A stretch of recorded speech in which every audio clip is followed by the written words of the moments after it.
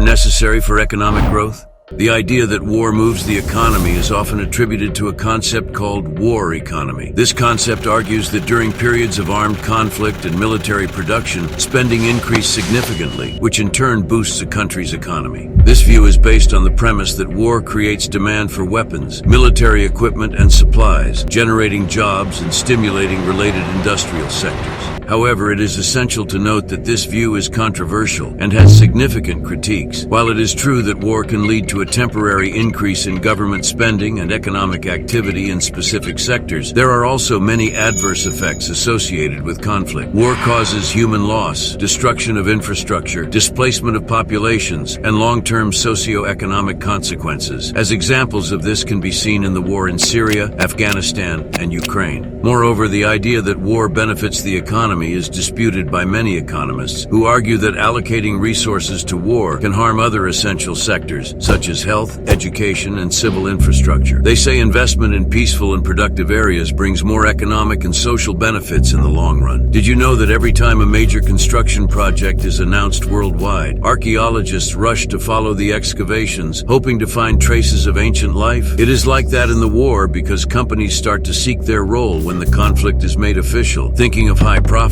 After all, in the urgency of war, you don't always see prices when signing contracts. In this video, you will learn which brands you probably collaborated with and profited greatly from Nazism. These companies are so present in our lives that we can't even imagine that they hide such a dark and shameful past. We intend not to denounce or judge these companies, but to show historical content. Now we will expose the dark past of 5 famous companies that directly participated in Nazism and grew exponentially. Coca-Cola and the taste of war. The Fanta drink that came about by accident has a connection to the Nazi period in Germany. During the Second World War, the German subsidiary of Coca-Cola ran out of syrup to produce the original Coke due to war sanctions imposed by the United States. To continue its operations in Germany, the company created a new drink to meet the wishes of the Nazis and called it Fanta, a fruit-flavored soft drink that was initially apple-flavored. The production of Fanta in Germany used slave labor and became the official drink of Nazi Germany. Fanta's advertising during this period featured exotic women singing a Nazi jingle. It is crucial that Coca-Cola supported both sides in World War II, including American and German troops. Companies like this are always on the side where the money is. What is the origin of the name Fanta? The name Fanta originated from a contest among the employees of the German factory coordinated by Max Keith, who asked them to use their imagination, fantasy in German. Fanta was Coca-Cola's first soft drink created outside of the United States. In 2015, Coca-Cola released a video to celebrate the 75th anniversary of the drink, with a phrase that generated much outrage and controversy. The enigmatic term "good old times" was interpreted as an apology to the Nazi regime. After the terrible performance of the advertising campaign, the company apologized. Hugo Boss, the fashion side of the war.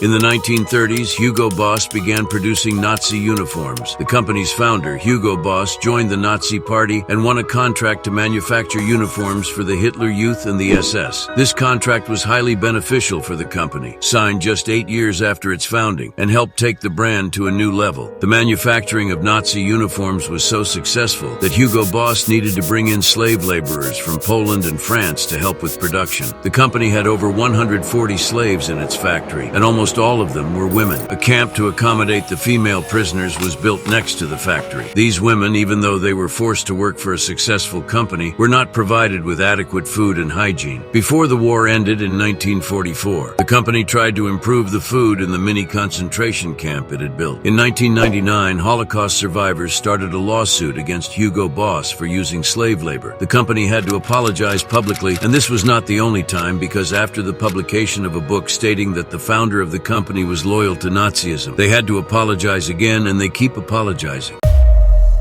Bayer, the death experiment. During the Holocaust, the German company IG Farben produced the Zyklon B gas used in Nazi gas chambers and financed Josef Mengele's experiments on concentration camp prisoners. IG Farben was the company that made the most profits during the Nazi regime and one of the brands with the darkest past. After the war, the company broke up and reopened under Bayer, whose founder, Friedrich Bayer, was the same as IG Farben. A Bayer employee, Arthur Eichengrun, created aspirin. However, Eichengrun was Jewish, and Bayer did not want to give give credit to a Jew for making an essential product for their company. So to this day, Bayer officially credits the creation of aspirin to Felix Hoffmann, an Aryan man. The company led inhumane experiments on prisoners, leading to death or severe lifelong disabilities. In 2003, the BBC website published a story about a Russian woman who survived the experiments. She was suing the company for being a guinea pig of the Nazis and asking for compensation from Bayer. All she received was a check for $3,000 in payment. This was not the only lawsuit the company received. Today, there is a strong marketing campaign against testing products on animals, but in the pantry of your house, there must be a product that was tested on human slaves of the Holocaust. In December 1995, the company's CEO apologized for the brand's actions in the Holocaust. Ford, the killer car. Loved for its cars, Ford was the company that pioneered and modernized the automobile industry. Its first car, the Model T, led the company to become a significant producer of vehicles. Henry Ford was a legendary and well-known anti-Semite. He had bought a failing newspaper in his town to publish content against Jews, and later repented and apologized for it. He was Hitler's most famous foreign supporter. On his 75th birthday in 1938, Ford received a Nazi medal designed for distinguished foreigners because Henry was the regime's greatest propagandist outside Germany. He profited from both sides of the war, being the largest supplier of vehicles to the Nazis and the Allies. In 1923, in an interview with a Chicago journalist, Hitler said he would love to support Henry Ford for President of the United States. This showed how much Hitler admired Ford. At the end of the war, Ford received rich compensation from foreign governments for damage to factories in Germany. It is not reported whether Henry Ford regretted supporting Nazism, but what he left behind was a great automotive legacy and the reputation of also being a pioneer for Jew hatred. IBM and the death calculators. IBM is one of the largest American companies and is still part of pioneering critical technologies. IBM built custom machines for the Nazis that allowed them to control everything from the oil supply to the train schedule in the death camps to the bank accounts of Jewish victims of the Holocaust. In September 1939, when Germany invaded Poland, the New York Times reported that some 3 million Jews would be immediately evacuated from Poland and probably exterminated. IBM's response: an internal memo stated that because of the situation, they would have to increase equipment production as quickly as possible for the Nazis. With IBM technology, keeping track of everything in the camps would only be possible. In 2001, the book IBM and the Holocaust by Edwin Black was published and showed the true face of the company in the Holocaust. After that, several articles were published, and the company had to speak out because the book helped many victims to sue IBM. They do not deny responsibility for their actions and claim that the Nazis controlled the company and therefore had massive participation in the war.